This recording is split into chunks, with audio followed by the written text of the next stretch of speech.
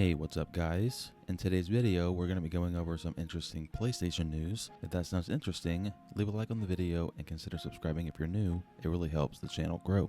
The first topic of the video has to do with how apparently Call of Duty might be ditching their annual release schedule. This is coming from GameRant and it reads, "It may be time for Call of Duty to ditch the annual release schedule. With Call of Duty Vanguard sales reportedly lower than expected in some regions, it may be time for the series to ditch its annual release schedule. Ever since Call of Duty 2 launched in 2005, the Call of Duty franchise has been operating on an annual release schedule for its main series games. Call of Duty 3 followed Call of Duty 2 in 2006, then Call of Duty 4 dropped in 2007, and so on and so forth. This aggressive annual release schedule has worked for the most part, with the majority of main series Call of Duty games earning rave reviews and selling millions of copies. However, it may be time to retire the Call of Duty annual release schedule. We're in a day and age when video games simply have longer shelf lives than they did in the past, and players may be more interested in the game they're currently playing, getting more content than jumping to a brand new experience entirely. There were still fans asking for a Call of Duty Modern Warfare Season 7 long after the release of its successor, Black Ops Cold War, for example.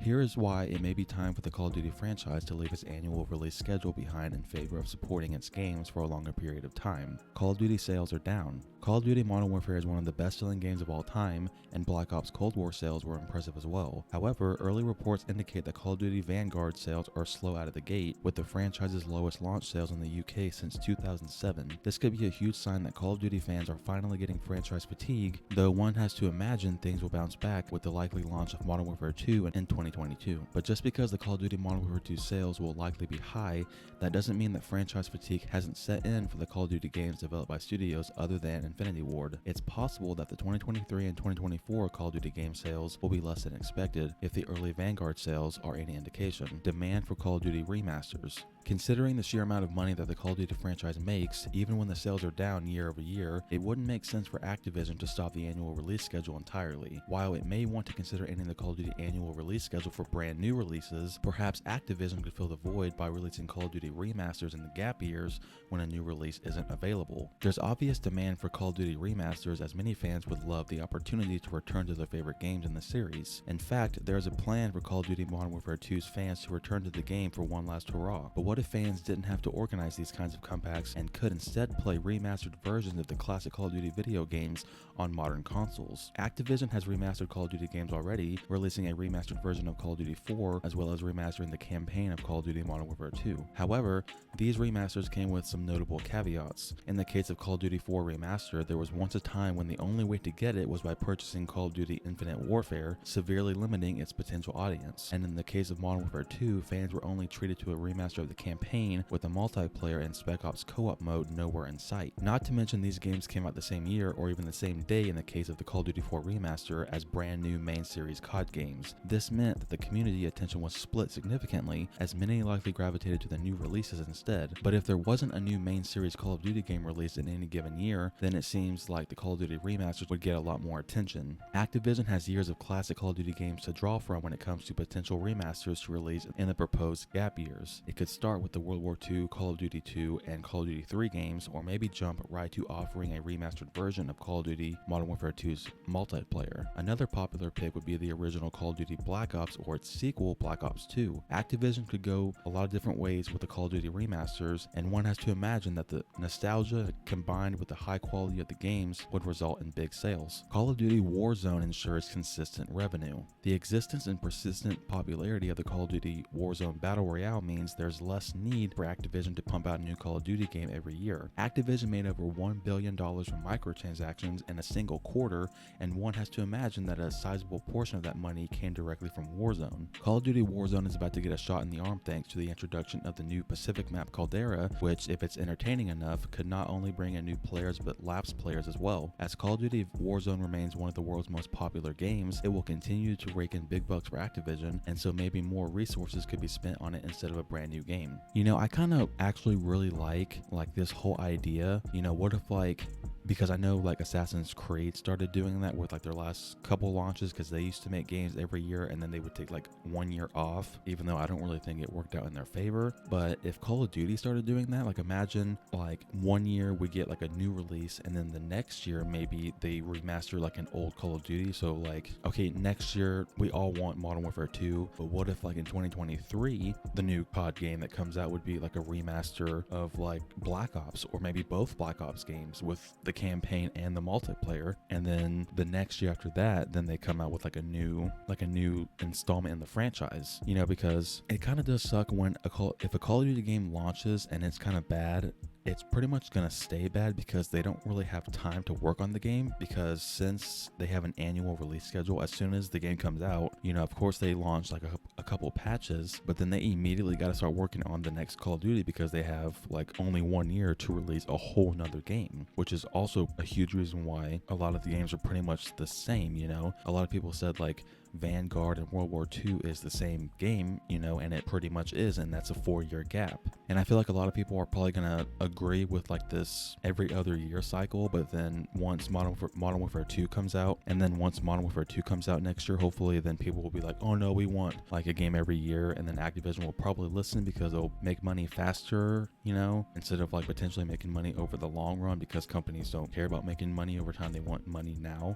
That's why they take shortcuts. And also, you know, like I said in the article, Activision makes like $4 or $5 billion every year just from Warzone. Like Warzone is up there with Fortnite. So it's not like, you know, Activision, you know, or anyone else that makes these Call of Duty games, like they don't need the money. It's just like with GTA, you know, Rockstar doesn't need to make GTA 6 because they're making billions and billions every year with GTA 5 online, you know, so they don't need to make GTA 6, but it's what the fans want. But down below, let me know how you guys feel. Would you guys be okay if the Call of Duty series started going from an annual release schedule to like every other year? And then in the gap years, what if they started releasing like remasters of the older Call of Duty games?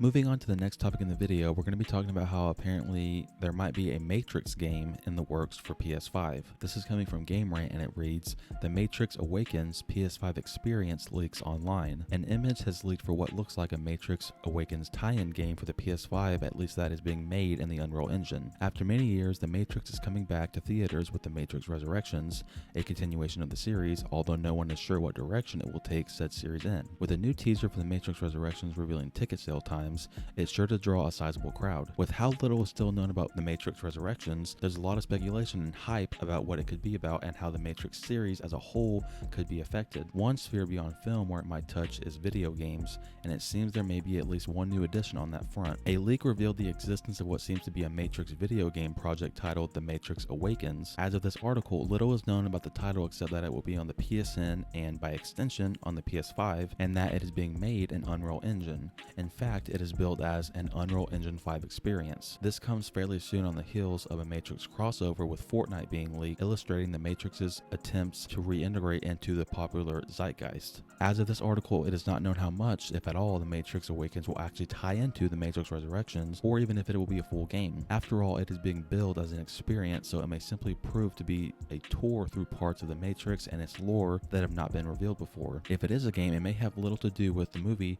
despite The Matrix Resurrections reuniting the main cast, something players would no doubt love to control. While The Matrix Resurrections could achieve success or be an enormous failure, the success or failure of The Matrix Awakens stands largely apart from the film. Previous Matrix titles have stood on their own and become favorites even when they were adaptations of less popular films. Hopefully the end result will be a good video game in The Matrix Awakens and a good film in The Matrix Resurrections, but even one of the two will be cause for celebration. So I thought this was really interesting. I didn't actually see this like on the actual like the PS Store myself, but apparently like on the back end of the store there was a spot for The Matrix Awakens. So I don't know if it'll be like a PlayStation exclusive, or like I don't know how that'll end up working. You know, for all we know, this literally just might be like a little promotional thing for the movie, and that's it. Would I like for it to actually be a game? Absolutely. I've never played a Matrix game before. I've heard that they're pretty fun to play, and I've only watched the first Matrix, but I mean, I'm intrigued with like the lore and the characters, mainly because of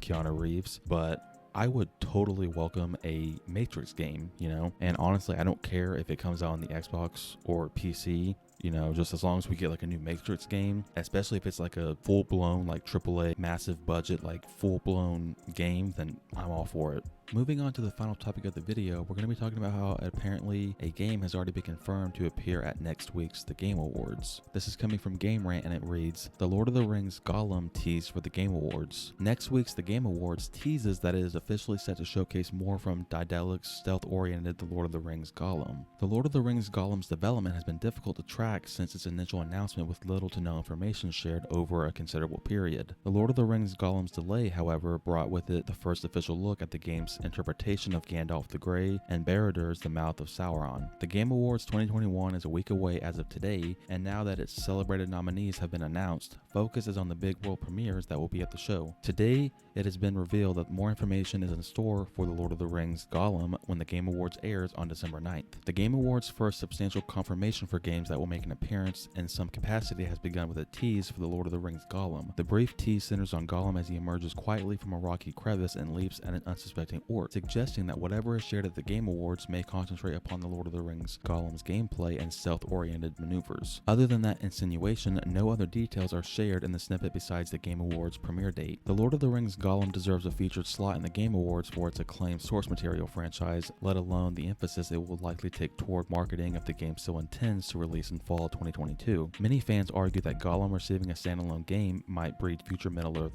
installments for other characters whose gameplay and narrative could be as similarly rich, and the success of The Lord of the Rings Gollum could very well be what establishes subsequent games like it. Because The Lord of the Rings Gollum also does not have a concrete release date as of yet, it is possible that the Game Awards might be an appropriate stage for Daedalic to announce it. Indeed, significant announcements are reserved for the Game Awards, and a simple gameplay showcase for The Lord of the Rings Gollum, which has already had gameplay shown previously, seems to suggest that more might be offered. Nonetheless, it will be exciting to see what information or content is shared from The Lord of the Rings Gollum when the Game Awards airs next week. Now, you guys might not know this about me, but I am a massive, and when I say massive, I mean super mega massive fan of Lord of the Rings. It is my favorite trilogy of all time. One of my favorite characters is Gollum, and I have seen like the initial reveal of this game. I'm already sold on it because it's like a new game set in Middle Earth, and like we're going to be playing as Gotham, which that's just crazy to me. And it seems like it's going to be like a single player narrative game, so that's always a plus. And it's supposed to be coming out sometime next year, so I mean it seems like it's confirmed now that we will be seeing probably like gameplay and maybe a release date or release window for this Lord of the Rings Gollum game next week at the Game Awards. I mean, honestly, I don't really need to see any more. If you would have just told me that, you know, a Lord of the Rings game based around Gollum and it's single player, you know, and it's coming out next year, I would already be sold on it. And I'm not really a fan of like the art style of what we've seen, but you know, art style doesn't really make or break whether or not a game's actually going to be good or not. Thank you guys so much for watching. I really do appreciate it. If you enjoyed this video, give it a thumbs up and consider subscribing if you're new and turning on the post notification bell so you don't miss my next upload. Until next time, guys, take care.